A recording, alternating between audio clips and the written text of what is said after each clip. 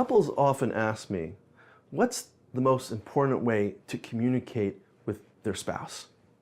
And I begin to tell them, it's not what you say to your spouse, but it's about how you listen to your spouse. Listening is so much more important than what you say. Let me teach you how to do this really well. If your spouse says to you, I had a really hard day at work. Well, one of the worst things you could say to your spouse is, come on, it wasn't such a bad day. You've had other days like this before. You'll get over it. How do you think your spouse feels? A person's not listened to. They're going to get very upset. You're not listening to my feelings when I talk to you. So what do you want to do instead? You want to do something called active listening. Active listening means I'm actively listening and I'm really interested to understand what you're telling to me. And there's a few key rules to active listening. One is your body language. When somebody speaks to you, show them your face. Look at them in the eyes. Have a face-to-face connection with them. Show them that you're actually interested. One of the worst things people do in marriage today, and almost everybody's doing it, is when their spouse is talking, they're clicking on their phone, they're looking, they're searching, they're answering their WhatsApp and their messages. They're not doing the right thing in terms of active listening. Active listening means you put down your cell phone. You turn off the music or the videos. There shouldn't be any distraction. You want to show your spouse you're interested in what they have to say.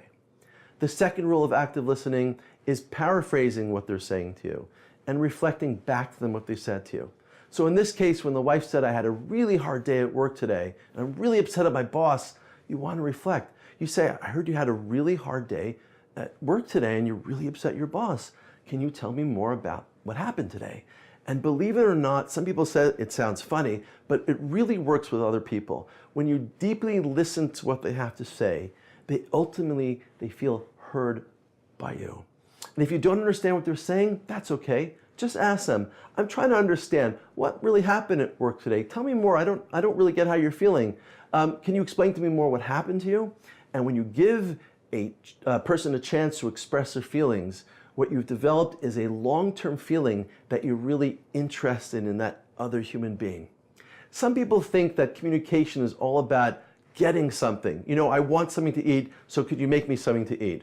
I want to go shopping, so what do you want me to get when I go shopping today? You're expressing communication in order to achieve something.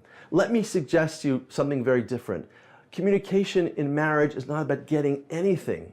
Communication in marriage is all about building your relationship together. The more time you spend just listening to the other person, the more the other person feels they could turn towards you. You are their secure base and safe haven. They know they can come back to you when they're in danger. They know they have someone to turn to in life when they're scared or feeling upset or just feeling down. You're really giving the other person a tremendous present in life. They know that they can turn to you when they're going through a difficult time, and they're going to feel comfort being close to you.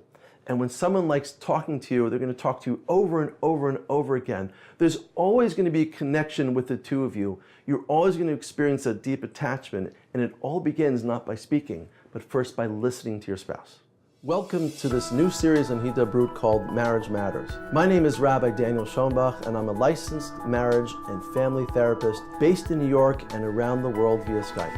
On this important series, I will be answering your questions you have about marriage, relationships, dating, parenting, and about any issue dealing with family and relationships. But more than what I have to say, I want to hear what you have to say. So please email to this address and send in your questions, and I'll try to answer as many questions on this new show.